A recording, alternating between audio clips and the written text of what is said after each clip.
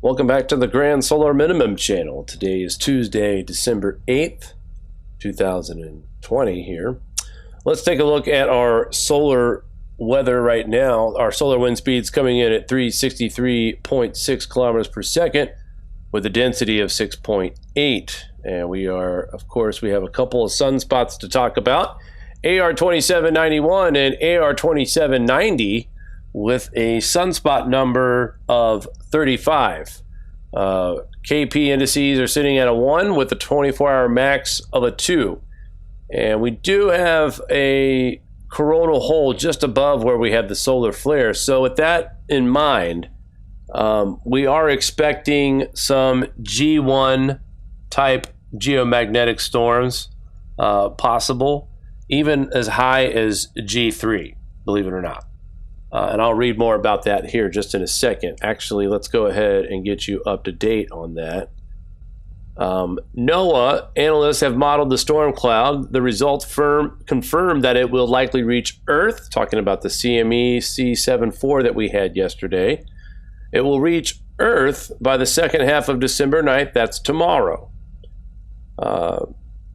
En route to our planet, the CME will scoop up some slower moving material from an unrelated solar wind stream.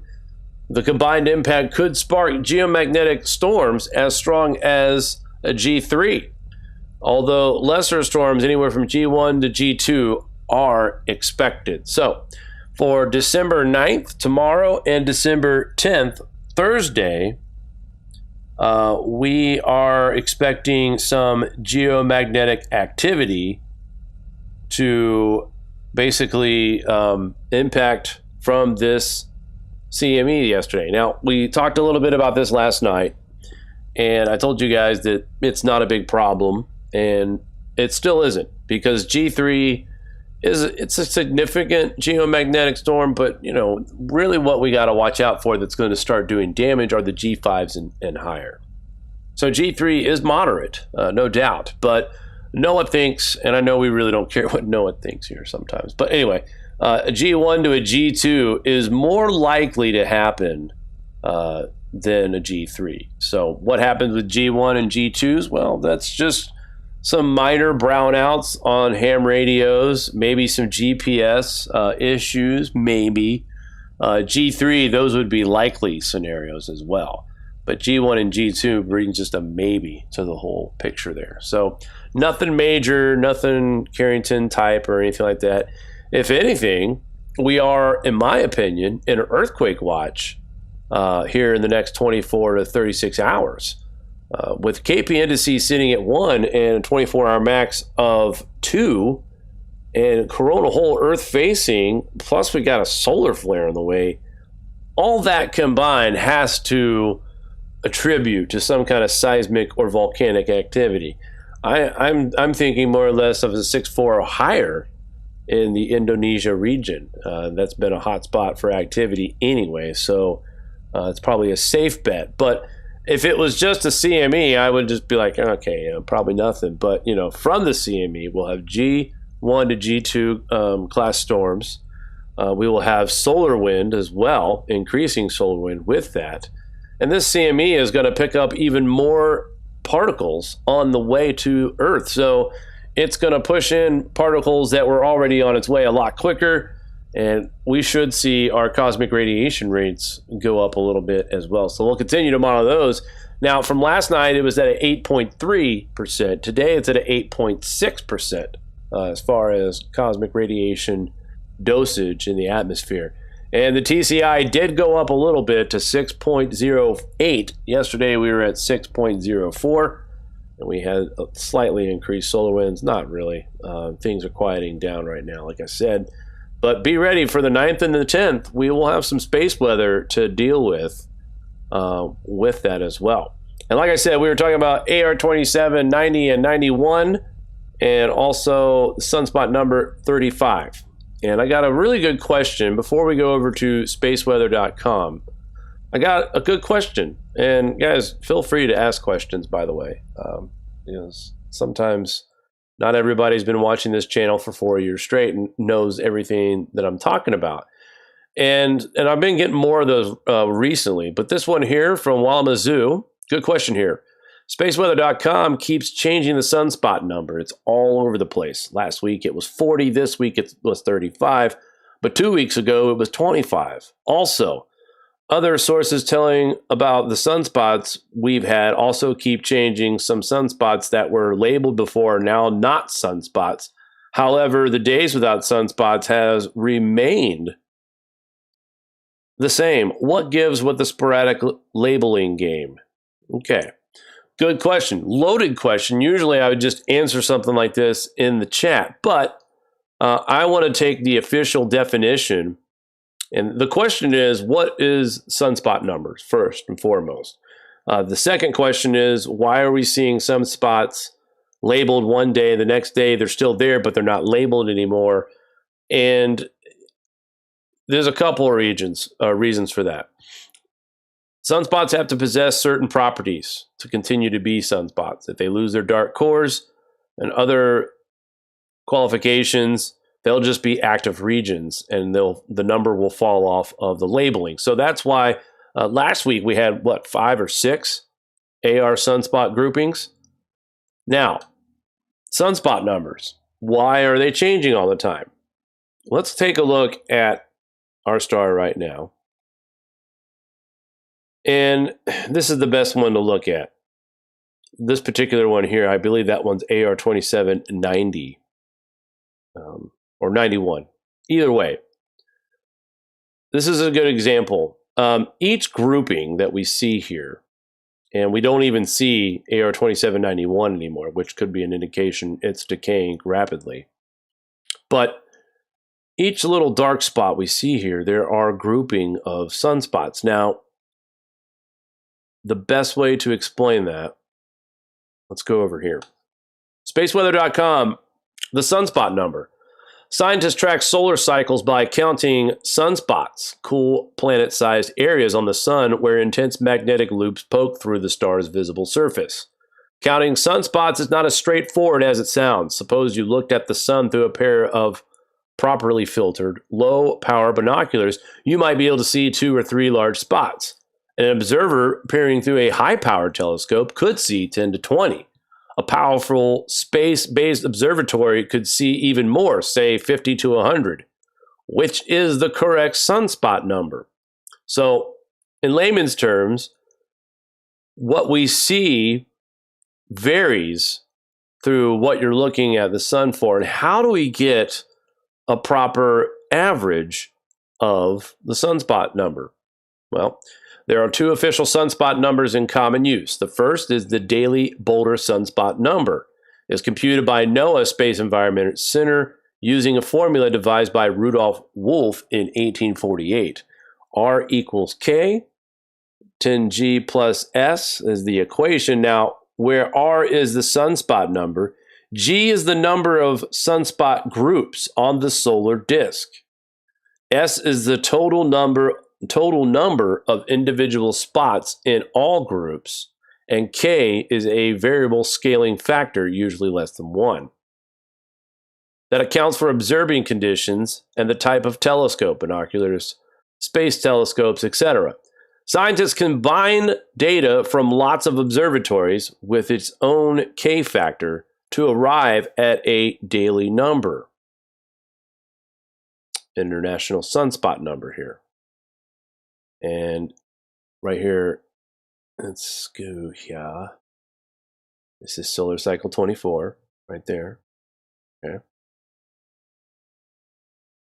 Let's continue reading. The Boulder number reported daily on SpaceWeather.com is about 25% higher than the second official index, the International Sunspot number, published daily by Solar Influences Data Center in Belgium. Both the Boulder and International numbers are calculated from the same basic formula, but they incorporate data from different observatories. As a rule of thumb, if you divide either of the official sunspot numbers by 15, you'll get the approximate number of individual sunspots visible on the solar disk if you look at the sun by projecting its image on a paper plate with a small telescope.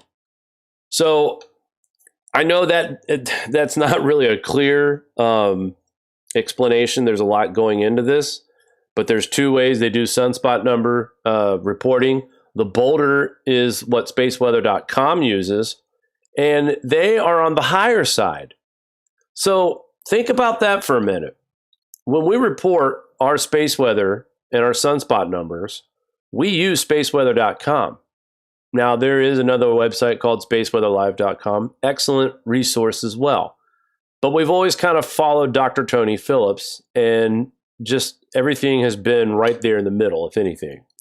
So to find out that they're using a method that comes out about 25% higher than the second official index, which is the international sunspot number, should be an indication to our followers that we are not cherry picking the data, that we are presenting you a higher calculation of possibilities when it comes to sunspot numbers. And we've reported some very low sunspot numbers associated with these groupings. Now, back to your question, why did you see sunspot number 40 last week and now it's 35? Well, each time that a sunspot falls from the solar disk, like it does on SPACEWeather.com, okay, like AR 2791 probably should go away here soon. All right, AR 2790, that was the solar flare producing sunspot, still strong. But each day that we see a sunspot dropping off, this sunspot number will go down. Last week, we actually had sunspot number 84 because we had 6 labeled sunspots. But each day, a couple would go away and the sunspot number dropped. So watch SPACEWeather.com tomorrow, as I would be shocked, but I don't think we'll even see AR 2791 tomorrow as an official sunspot. So great question, Walamazoo. Again, guys, if you ever have questions about things, feel free to ask. I try to answer as much as I can in the chat, but this one I felt like needed a little bit more in-depth explanation for the sunspot number and what it actually means. And I thought, since I follow SPACEWeather.com, I would use their website and their definition, which, you know, I had to read it a couple times. So I encourage you to go to SPACEWeather.com and look up sunspot number, and they'll take you right to this section here. And just kind of take a look at this until it kind of sinks in, because, you know, that is what we are here for, just to reference and to show you, not just listening to me, but you could see it for yourself. Okay, before we get into some headlines, I've seen this headline go around on several websites. Fauci saying that we have entered the pandemic era because of climate change. Now, before we begin, I am not here to debate the COVID-19 virus or its handling. I'm simply just presenting this story to show you how to connect the dots when it comes to how much the sun actually does affect us. And let's be clear here. The title of this, he says, because of climate change, and instantly all of you are going to say, "Oh, here we go. Another, so-called scientist blaming man-made global warming on disease." But I don't think of it that way. And I'll tell you why. Not too long ago, when the pandemic started, there were a lot of videos of Dr. Fauci in 2015 predicting outbreaks, predicting that President Trump would have to deal with a pandemic. And it's coming together now. Reading this real quick. This is a short little paragraph, so let me read it to you real quick. "We have entered a pandemic era, wrote Dr. Anthony Fauci. The paper cites HIV/AIDS, which has so far killed at least 37 million, as well as unprecedented pandemic explosions of the past decade.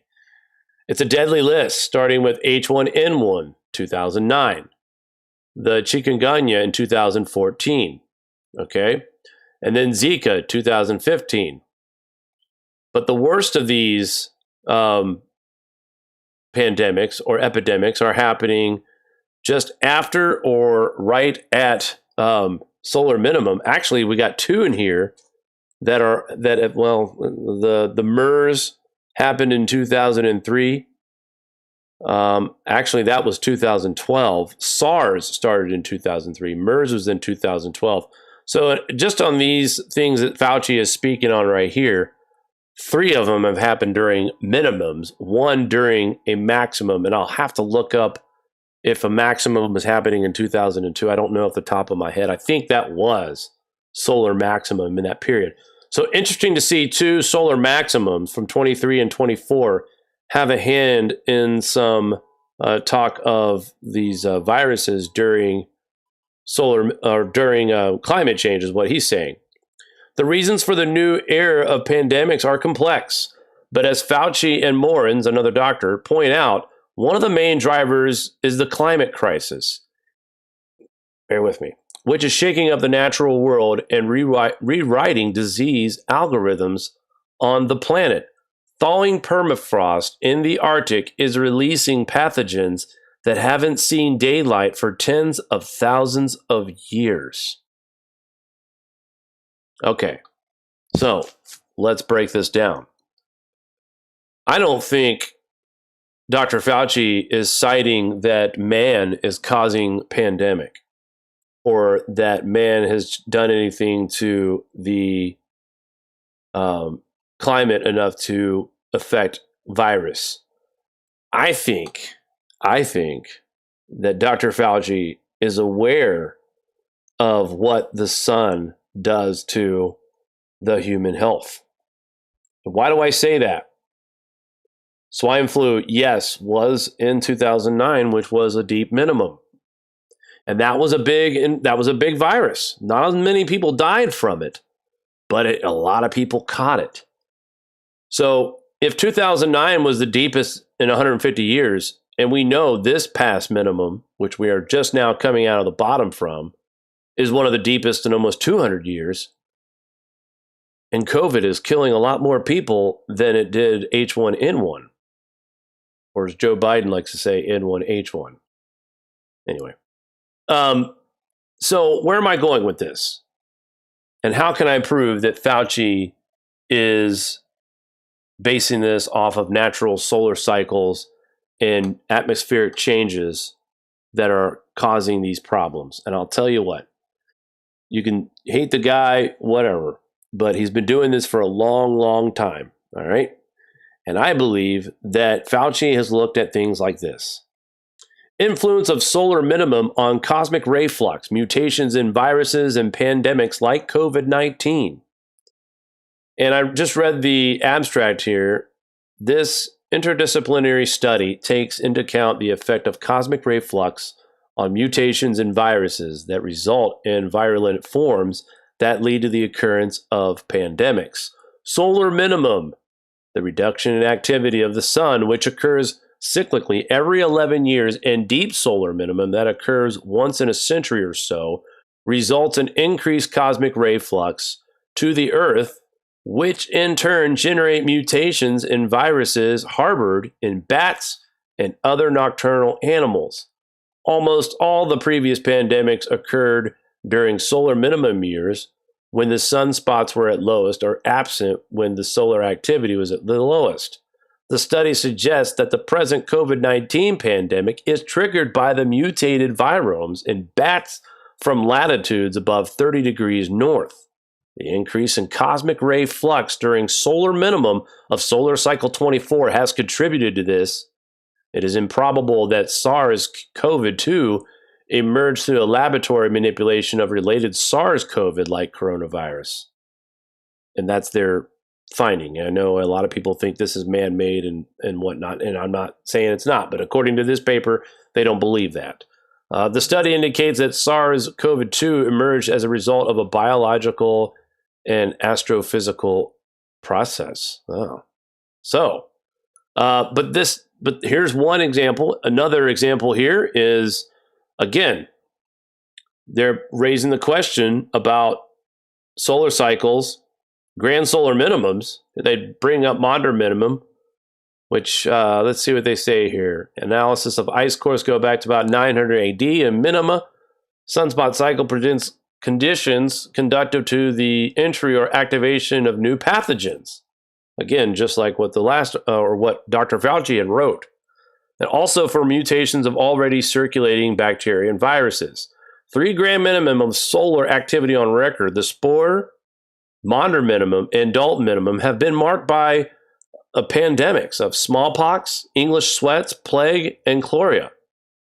The sunspot numbers recorded for the present period, and this is just till 2017, include the deepest sunspot minimum, 23 and 24, since records began. A trend to declining numbers throughout the cycle. The same period has seen the resurgence of several pandemics, SARS, MERS, Zika, Ebola, influenza A.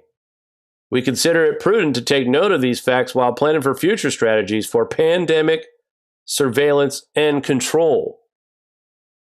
So when you saw the video of Dr. Fauci predicting that Trump was going to see a pandemic in his administration, Fauci is just simply applying history. Okay? 100 years ago, we had the name of the minimum sparks my mind here right now. I know it was caused by a supernova, so that's why it's not considered. What was it?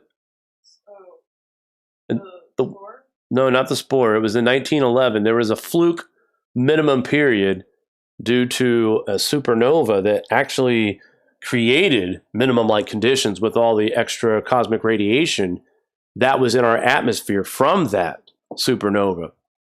But that is the solar minima that produced the Spanish flu. And 100 years later, when we have really deep solar minimum conditions, lots of cosmic radiation, and here I bring you two papers that show the correlation between cosmic radiation that mutates viruses and it was the spore in 1911. The spore minimum. Oh, the spores from the supernova. So what was the one in 1911 called in that period of time? But you're referencing like sarcoma or supernova, Bella, that's the stuff for by the Justin or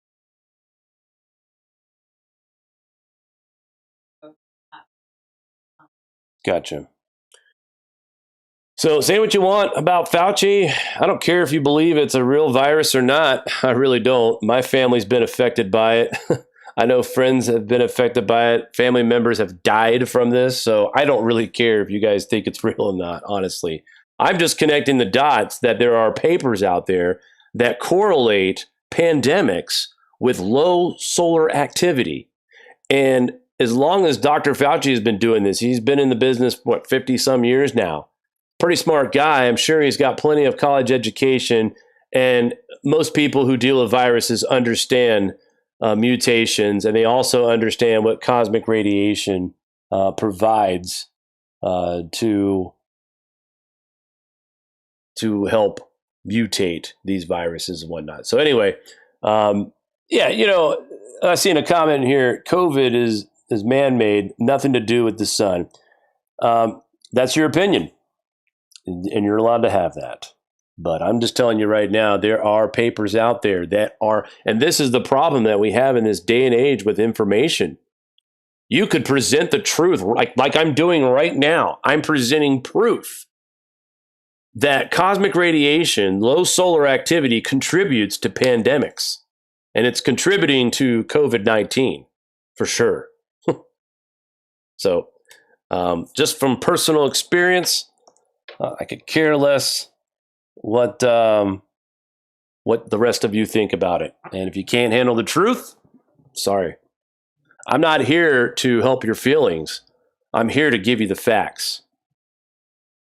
And a lot of people out there pretty much can't handle truth anymore these days. And it's sad because we used to be in a country where people could accept facts and move on. But there's a lot of those people out there right now that can't accept facts and move on. So anyway, moving right along, and see you later to those who decide to leave because I had confirmed of COVID-19. I really don't care. Okay?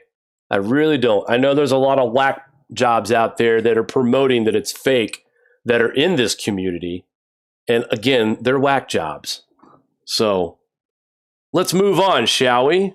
More grand solar minimum information for you. Cold snap brings unseasonal snow to parts of the southeast Australia.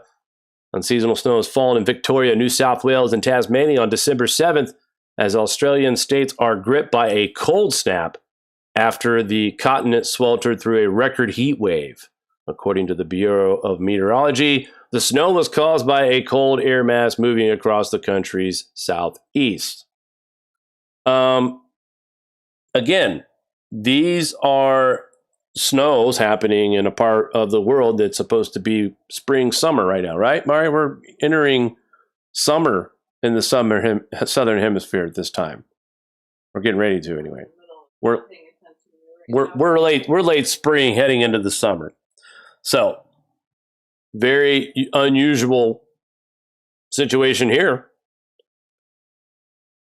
Snow at this time of the year is not unheard of. It probably snows a couple of times throughout the summer each year, but to have it in December so close to Christmas was really nice. So, again, this seems to be a little bit later in the summer, which makes you wonder, right?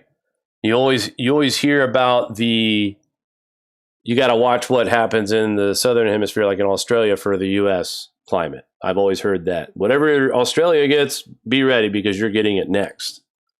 So the fact that they get summer snow is not unusual, but it's later in the summer. So are we possibly going to see something like that in the near future? Who knows?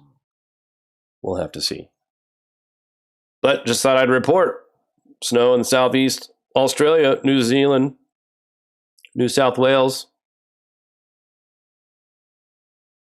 We got over 3 feet of snow in 18 hours. This is in West Chilcotin Lodge owner in British Columbia, which we have seen an uptick here lately in snowfall and colder weather as well.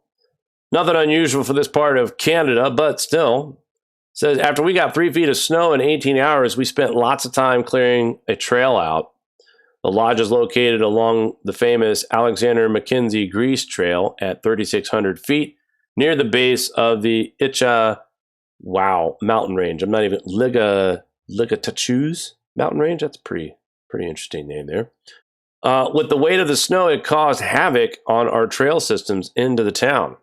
They cleared more than 500 fallen trees from the trail in order to get out while packing 3 to 4 feet of snow each day into a pack safe out. Oh, Jesus. Tons of snow had to be moved, folks. Let's just put it that way. 3 feet of snow in 18 hours. Again, what causes that much snow to be dropped at one time? And the answer is cosmic radiation. Again, most of the time, we're not going to really report on weather events unless it's of this kind of a nature. 3 feet of snow in 18 hours. That's 36 inches of snow in less than 24 hours. That's ridiculous. And the only way we could see this is how fluxed our atmosphere is with all the cosmic radiations. So, and then I had to bring this up too, but extremely rare tornado hits the North Adriatic Sea. We have seen our share of unusual tornadoes. I've reported on them here lately. Let's go back. Let's go over to the watchers and just count how many they have in their headlines. That's the first one. The second one, well, that's the same story. But there is a second one that we just reported on. That was in Saudi Arabia. That was on December 7th. So on the 7th and the 8th, we're reporting on rare historic tornadoes. And then I thought there was one more before the beginning of the month. Maybe not. So we've had 2 rare tornadoes in the past couple of days. Not that big of a deal, I guess. I thought there was one more. I could have swore. Look at me digging. I know it's got to be here. Nonetheless, we are seeing some pretty weird weather across the globe. And 2 very powerful tornadoes Thankfully, no major damaging or anything like that. But again, very unique situation to see these tornadoes in these locations at this time. And let's give you some snow totals from that nor'easter. These are the basically breadwinners here. These are the ones that brought in the most. But it was a Bob cyclone. Peak winds were at 68 miles per hour. Okay. But Carrabassett Valley in Maine with 18 inches of snow. Mount Washington in New Hampshire, 17.9. Randolph, New Hampshire at 14.4. Chesapeake, Maine, 14 inches. In Stafford, New Hampshire, with 14 inches. So that was just from the previous, pretty much last minute nor'easters, I guess you could say. So let's look at GFS now. And there is some action heading towards the northeast. The Northwest Mountains, Oregon and Washington, right by that t-shirt sleeve right there. We're also going to see some more action over here as well. Colder temperatures. I keep seeing all this stuff about how warm we're supposed to get throughout the month, but I'll show you that. I don't think it's that warm. We do have a chance for some snow here in New York and Vermont, though, on Wednesday, December 9th. Also in northwestern Montana. Northern Idaho could see some scattered rain and snow in the higher elevations.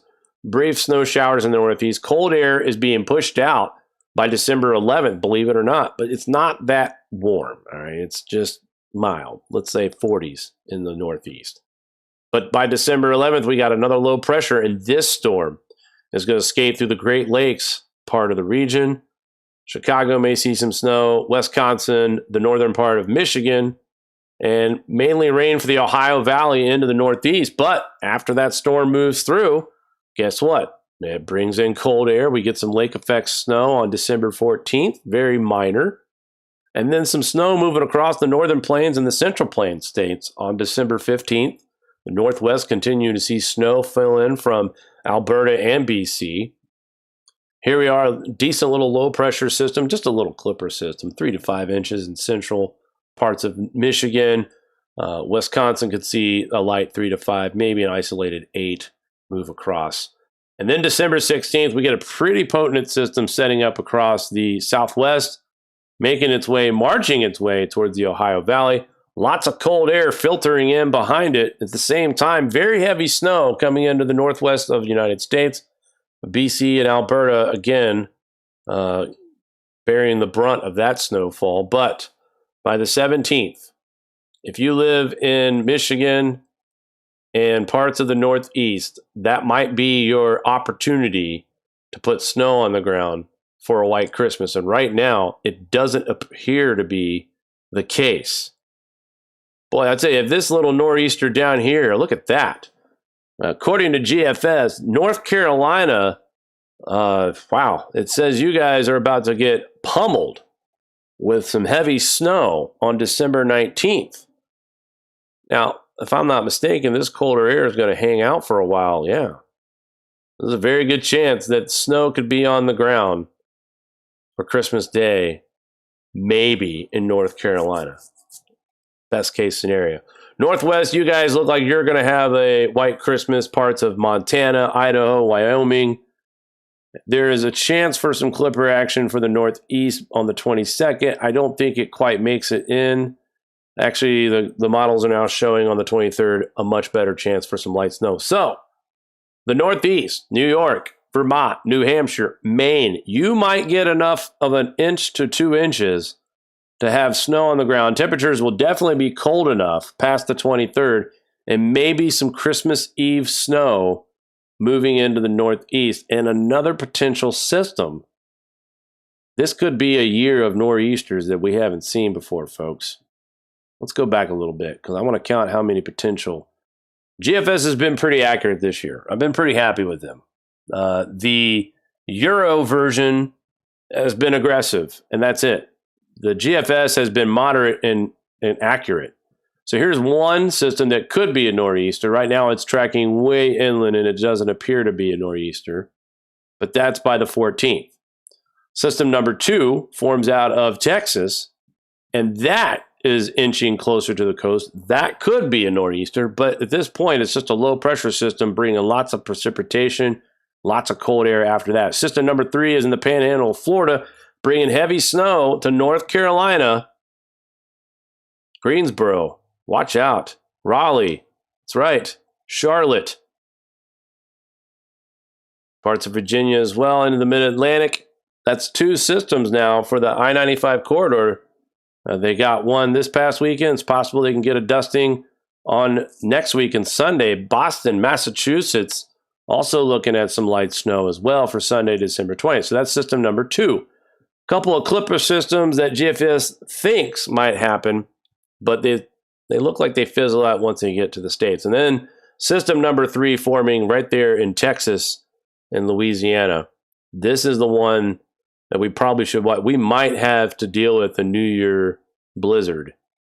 But this bad boy is getting pretty big here on the 24th, and that's as far as our models will let us go out. So GFS has been pretty, in my opinion, pretty accurate when it comes to the idea of storms. Now, whether it shifts east or west is still remains to be seen. But you have to be encouraged if you like cold weather and snow, if you live in the Northeast and the Northern Plains states. Plenty of that to go around. Not saying that it's super balmy in the South or anything, which it's not, but here's more cold air being reinforced into the Northwest, Northern Plains, and Central Plains states by the 13th. And by the 14th, overnight lows for the most of the country will be at 29 or lower. December 15th, not as cold for the whole country, but you can see that Arctic air trying to evade the lower 48, folks. And by the time we get to the end of December, we start to see those chances increase as that Arctic air begins to rotate in from the Arctic, from the north into Canada through the northern plains. So I think December is going to be a wild month. I think we're going to have our days where it's going to be not too bad for December, and I think we're going to have days that are going to suck, cold and snow. But right now, it doesn't look like a very snowy December. I could be wrong. Things could change. We got a lot of space weather coming in that can also influence on how much precipitation we get from some of these storms. Thank you, Edith, for the donation. We are subscriber ran, so we do appreciate every little bit that we acquire from you. Aquarian Riddle, thank you for becoming a member. Want to say hello to Richard, Knife Collector. I saw Matt Bros in here earlier. Rhea, hello. Good to see you in here. Edward, nice to see you, sir. Patty Foot, that's a long name I haven't seen for a while. Dorothy Rose, hello. How are you? Mari, did you want to come over here and say hello tonight? Yes. Yes, Jake. Do you have any ideas for last minute Christmas gifts for those science geeks in your family? You could go to the Teespring shop. I was just talking about, I actually said thank you to whoever bought the I Love CO2 stuff, and there's all kinds of cool t-shirts on there, but someone went crazy, or a few people went crazy yesterday, or today, was it? Got like an I Love CO2 mug and an I Love CO2 shirt. So thank you for supporting our channel. Keeps our website going, which, by the way, Jake, I was sort of derpy when you asked me a couple questions earlier because I had my head in the chat trying to figure out what people were talking about. 'Cause I just wasn't following the arguments in the chat. Just wasn't following it. But anyway, I noticed if you want to go to thegrandsolarminimum.com, I can show you and everybody what I did. I didn't realize it wasn't working. thegrandsolarminimum.com. Sure, I was just getting that up first. Oh, look at that. Jeez, I sound like Tom Waits. Go to the main site, and I'm going to have you scroll down. So if you go to thegrandsolarminimum.com, if you scroll down a ways, you'll have the articles, which we're definitely going to get back in the habit of writing again. But if you scroll down, I just fixed this table. This table wasn't working before. Jake, you were asking me what minimum it was. That would have been what, the Glassberg minimum. Minimum. So yeah, this handy dandy little chart right on the main section of our website. I don't know how much I've filled out, but say you click on medieval warm period, it's going to give you a lot of reading material about medieval warm period. And it's a work in progress, but it's a great reference. Mari has put together some compiling as and much. Hold on, go back down a little real quick. For those of you asking what's going to happen in your region of the world, some of these reports that she has on here does include this is for the medieval warm period, right? So but it does include like climate, what it was like. I'm trying to compile regional information for past grand solar minimums. And just so people can look at history and learn from history what their region is. It's a huge task, and I've neglected it because we've been so consumed with other things this year. But definitely use it, and I will be adding information. If you have information you'd like us to add to these different tables and sections of our website, let me know. My email is gomarigo@gmail.com. And then I'll share the Teespring link in the chat. Well, and I'll show you too, just in case if you guys need some last minute Christmas shopping for your science. Oh, it's right on our YouTube store as well. Yes. So I like this Cosmic Rays one. That's one of my favorites. This is one of my favorites right here, this shirt. In fact, I want this hoodie. Everyone's blaming the viruses on the sun. I want this hoodie. Cosmic Rays, Jake. Yep. I want that hoodie. But this t-shirt here, that's $14.99. That's a good price. I'd buy that.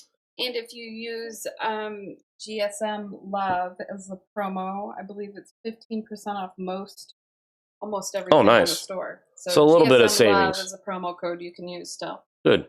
Cool. Awesome. All right, guys, that's going to do it for us tonight. Thank you for tuning into this latest Grand Solar Minimum update. And again, I appreciate those for being patient during my rant about Fauci and everything. But science is science. Believe what you want. I understand there's a lot of information on both sides of it. But what I was trying to correlate tonight, not just that Fauci was right about the pandemic happening during Trump's presidency, but he follows science. And science shows that these really large pandemics that kill a lot of people are correlating with low solar activity. And just to correct earlier, I was trying to talk about the Glassberg minimum that happened between 1880 and 1914. That period of time with all those cosmic radiation in the atmosphere, yes, it was 4 years after the end of that minimum. However, you're still dealing with the fluxed atmosphere, and cosmic radiation definitely mutated that particular virus strain that killed millions of people. So, all right, guys, that's going to do it for us tonight. Thank you for tuning in once again to the Grand Solar Minimum channel. Until next time, be safe out there, and we will talk soon. Take care, guys. Do you like this show? Give us a thumbs up. Want to support us more? Share to your favorite social media platform. Buy a t-shirt or become a Patreon. All links are in the description below.